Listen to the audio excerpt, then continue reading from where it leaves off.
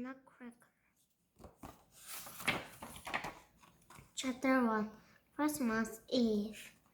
A soft, fluffy layer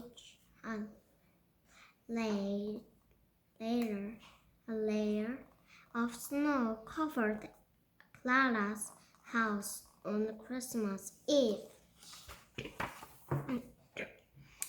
Inside the party of in full swing, but one very special guest hadn't arrived. Clara watched for him at the window. Suddenly there was a loud knock on the door. "He's here!" she cried, dancing over the thing. Finally opened the door.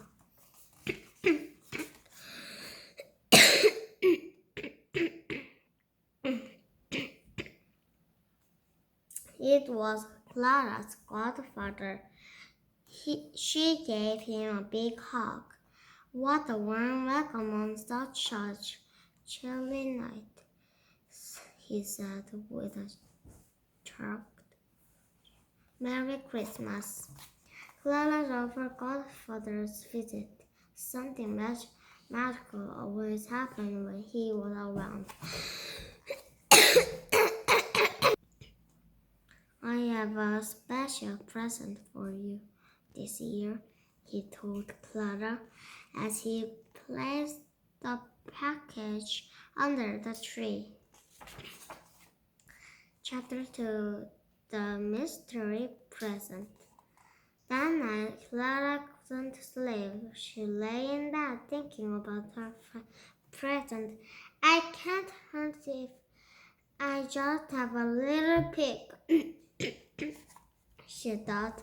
Finally, Clara tiptoed downstairs. She soon found a present tied up with a big red bow.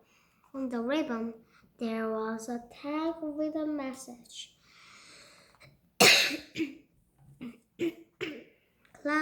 "Merry Christmas, Clara. I hope this presents you with love from your godfather."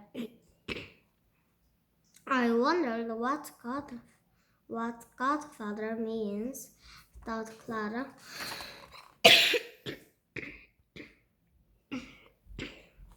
Slowly, Clara untied the bow and folded back a corner of the paper. Inside, she found a wooden nutcracker door, dressed like a soldier. But then the clock just then the clock struck midnight. Clara gave an enormous yawn. In a few minutes, she was fast asleep under the tree. Chapter 3. The magic begins. Clara woke up with a start, feeling very confused. She couldn't remember where she was, and her doors had vanished.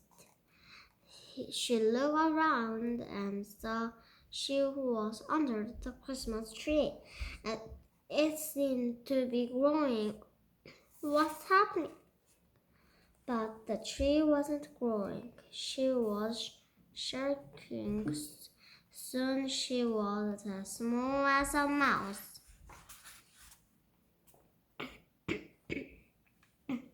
Out of a corner of her eyes, Clara thought she saw something leaping around.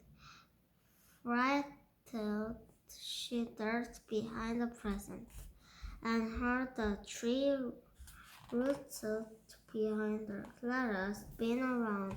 "Don't be afraid, Clara. I won't hurt you," said a friendly voice. Clara was attention. But you look like her door has come to life."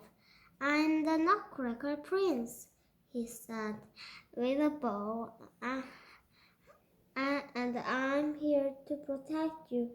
The kitchen mice are plotting to kidnap you.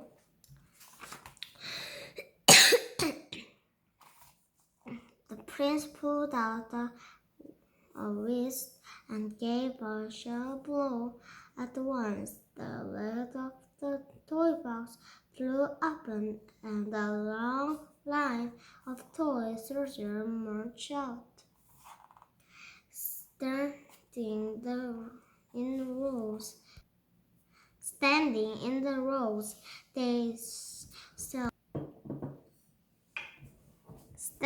in the rows, they shouted the prince. Attention, he cried. Clara needs our help. Per, per, per, per. Prepare useful for battle, man. Wheel out the cannons. So many mice began to appear in the shadows. Slowly, they crept closer. Clara hid behind the prince. Steady, man, steady, he shouted. Wait for the signal and fire. A huge lump of cheese flew from the cannons and stuck down set of mice. Some lumps landed in the corners, and the other mice scrambled after them.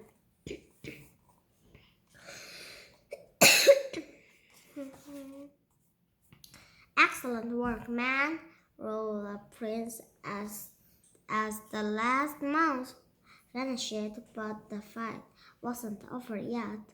Bravo, said an evil voice from the shadow.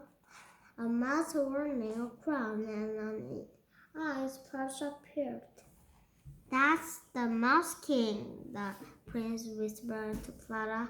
Is cheese the best you can do? jeered the king. A steak is take more than that to beat me. Now hand over the girl. I'd rather die, said the prince. That can be arranged. The Mouse King snarled. Soon the prince and the Mouse King were locked in battle, their swords clenched as they danced around the room. I make cream cheese out of you. Take that, you rascal, rodent. Then disappear struck.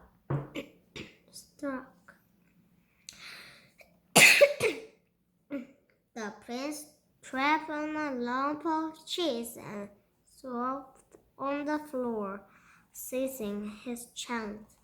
The Mouse King pulled his sword to the prince's neck. Well, I'm going to enjoy this, he said, laughing.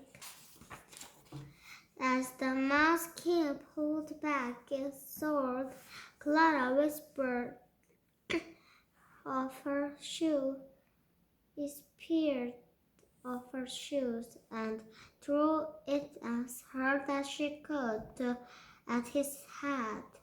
He fell in a heap on the floor, knocked out cold. Chapter 4. Silent bell ring. Clara rushed over to the prince. Are you all right? Are you all right? She cried. Yes, thank you to you. He said, we must celebrate. He added. We must celebrate, he added as Clara helped him up. I know just the place.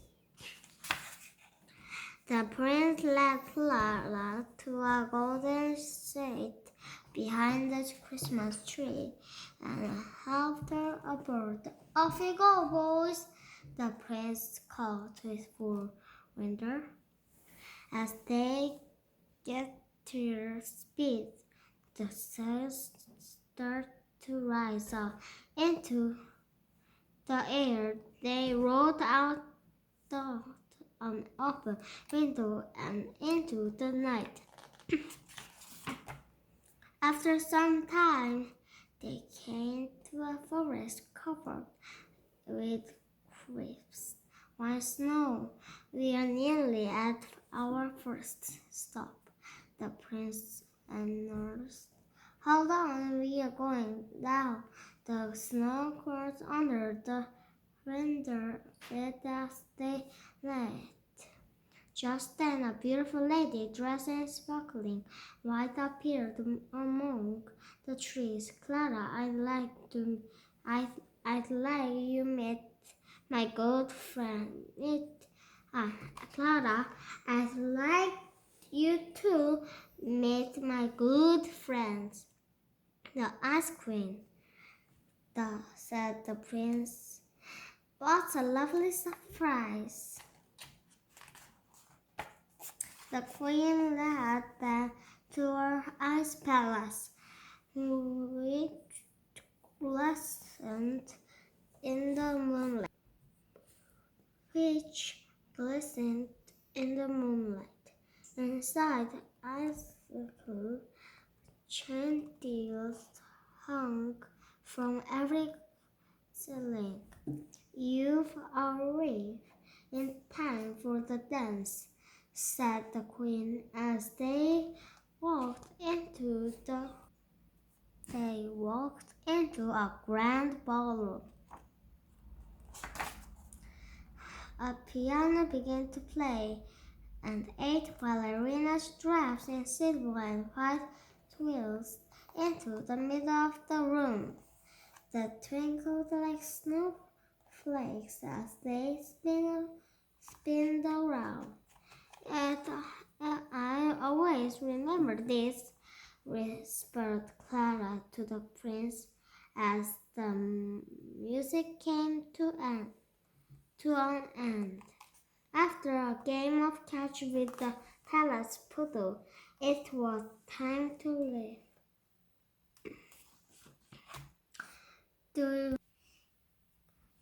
we really have to go? Sighed Clara. Yes, we really do, said the prince. There's someone else I want to meet you.